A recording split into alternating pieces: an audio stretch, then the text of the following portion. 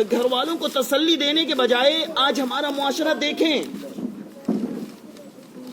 درود پاک پڑھ لیں. اللہم صلی علی سیدنا و اخبار ہٹا دو سب تصویریں ہٹا دو، کیونکہ جہاں جاندار کی تصویر ہوتی ہے وہاں رحمت کے فرشتے نہیں آتے ہیں. اس کا اہتمام ہو، چاہے وہ کسی پیر کی ہو چاہے بزرگ کی ہو، تصویر جائز نہیں ہے. تو ہمیں بہرحال میں ذکر کر رہا تھا کہ آج ہمیں صرف اپنے معاشرے کو دیکھنا ہے کہ ہمارے گاؤں میں یا اڑوس پڑوس میں ایک انسان بہت مصیبت میں ہوتا ہے، جو بستر پہ آہیں اور درد کے سوا کچھ نہیں نکلتا اس سے. تو ہم لوگ کیا کرتے ہیں؟ بجائے جائیں کہ اس کو تسلی دیں تو ہم کیا کہتے ہیں؟ ایک تیر بڑا بھیانک وار کرتے ہیں تیر سے کہ وہ اپنے کیے کی سزا پا رہا ہے. ہم کون ہیں فیصلہ کرنے والے کہ وہ اپنے کیے کی سزا پا رہا ہے؟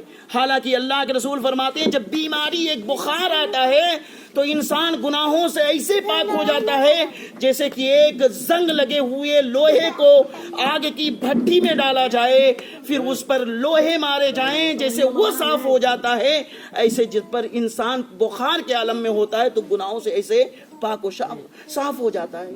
اور ہم تو فیصلہ کر دیتے ہیں بڑی آسانی سے کہ اپنے کیے کی کا سزا پا رہا ہے.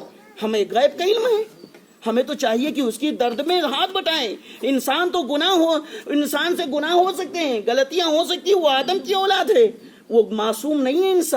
انسان تو گناہ اور غلطیوں کا مجسمہ کہہ لو ہے، اس سے گناہ ہو سکتے ہیں، وہ معصوم نہیں ہوتا ہے. تو بہرحال ہم بجائے یہ جملے کا وار کرنے کے بجائے ہم اسے تسلی دیں، ان کے درد اور دکھ میں کام آئے.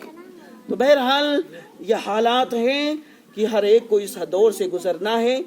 اور اگر والد نہیں ہیں، والدہ ہیں، تو بیٹے کی ذمہ داری ہے کہ والدہ کی خدمت کریں، ان کے ہر درد اور دکھ میں ساتھ آئیں، کیونکہ آقا صلی اللہ علیہ وسلم فرماتے ہیں کہ ماں کے قدموں میں جنت ہے. اور ہم نے تو آج معاملہ یہ ہے کہ ہم نے جنت کو بہت آسان سمجھ لیا ہے. ہم نے 100 روپے مسجد میں دے دیا، اعلان ہو گیا جنت عطا فرما دے. ہم سوچتے ہیں جنت اتنی سستی ہے، جتنی ہم لوگ سوچتے ہیں نا جنت اتنی سستی ہے نہیں. ایک گھر جمع بنانے کے لیے بڑی محنت کرنی پڑتی ہے، تب جا کے پونجی اکٹھا ہوتی ہے، تب وہ مکان تیار ہوتا ہے. اور دنیا کے مکان سے کہیں لاکھوں درجہ جنت کا مکان ہے.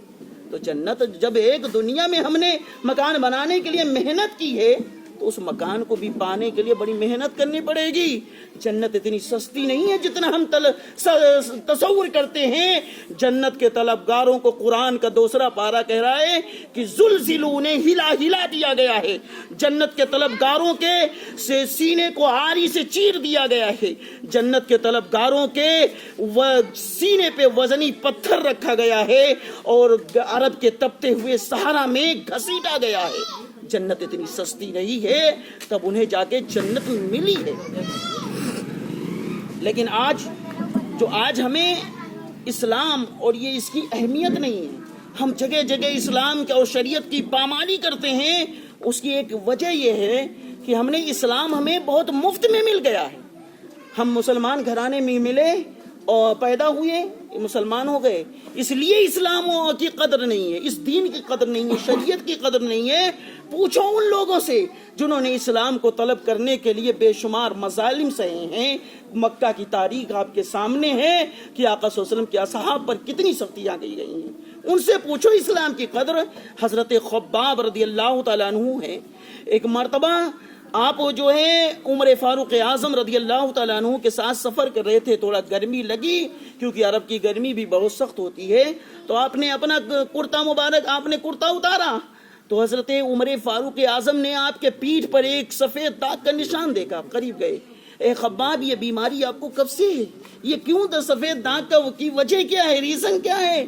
تو خباب نے کہا اے خلیفہ دوم، اے عمر فاروق اعظم، بات یہ ہے کہ یہ کسی کوئی مرض نہیں ہے، اس کی ایک داستان ہے. جب میں نے اپنے دل کو آقا کے قدموں میں نچھاور کیا تھا، اسلام کا کلمہ پڑھا تھا، تو سارے کفار مکہ نے ایک آگ جلائی تھی. سارے لوگ تماشائی بنے ہوئے تھے اور مجھ سے کہا جا رہا تھا اے خباب اب بھی وقت ہے دین اسلام سے پھر جاؤ ورنہ تمہیں اس دہکتی ہوئی آگ میں ڈال دیا جائے گا۔ تو اے عمر اس وقت میں نے باطل کی نگاہوں میں نگاہیں ڈال کے بات کہی تھی، اے کفار مکہ سن لو، اب ہم نے یہ ہاتھ نبی کونین کے ہاتھ میں دے دیا ہے، اب اس دل کا سودا نبی کونین صلی اللہ علیہ وسلم سے کیا ہے، اب میں دین اسلام سے پھرنے والا نہیں۔ تو اے عمر مجھے اس مکہ کے لوگوں کے جلائے ہوئے آگ میں ڈالا گیا، سارے مکہ والے تماشائی بن رہے تھے، اس درمیان میں میں نے احد اور احد کے نعرے لگائے تھے۔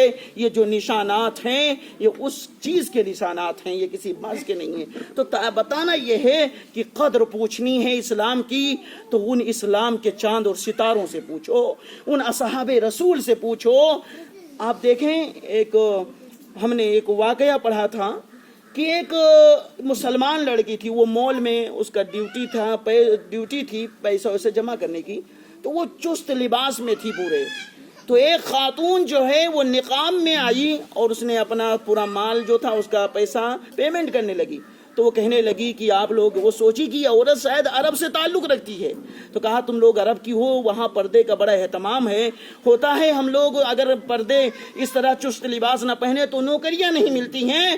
تو تاریخ بتاتی ہے کہ جب اس عورت نے نقاب پلٹا تو پتہ چلا ایک کرسچن عورت ہے، ایک عیسائی عورت ہے۔ اس نے کہا بیٹی تجھے اسلام کی قدر و قیمت کیسے پتا ہو؟ مجھ سے پوچھو، ہم نے اسلام کو تلاش کرنے میں بہت وقت صرف کیا ہے، اس لیے اس کی قدر و قیمت ہمارے نگاہ میں ہے۔ تم تو مسلمان گھرانے میں پیدا ہو گئی ہو، اس لیے اس کی قدر نہیں سمجھ میں آ رہی ہے۔ تو بتانا یہ ہے جب تک جئیں اسلام اور شریعت پر قائم دائم رہیں اور اولاد اپنے والدین کی خدمت کریں۔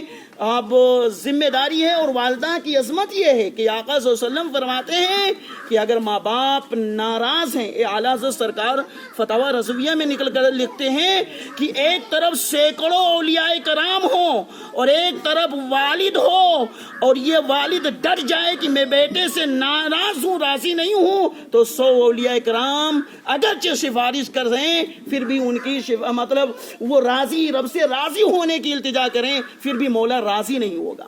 یعنی باپ اگر ناراض ہو جائے تو اولیاء کرام کہیں مولا راضی ہو جا، پھر بھی مولا راضی نہیں ہوگا۔ یعنی اولاد کی والدین کی رضا میں حدیث ہے، ماں باپ کی رضا میں رب کی رضا ہے، اور ماں باپ کی ناراضگی میں رب کی ناراضگی شامل ہے۔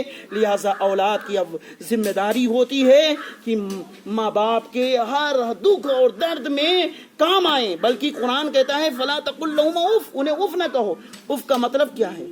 علامہ رازی جو بہت بڑے علامہ ہیں، مفسر ہیں، وہ لکھتے ہیں اف کا مطلب یہ ہے کہ جب ماں باپ بڑھاپے کے عالم میں ہو جائیں اور چلنے پھرنے سے قاصر ہو جائیں اور ماں باپ میں سے کوئی اپنی چارپائی پہ لیٹے لیٹے نجاست کر دے تو بیٹے کو اس نجاست کو صاف کرنے کے وقت نہ ہاتھ پہ نہ ناک پہ ہاتھ رکھنا چاہیے، نہ کپڑا رکھنا چاہیے، بدبو سہتے سہتے وہ صاف کر دے اور منہ نہ بنائے۔ یہ اف کا مطلب ہے۔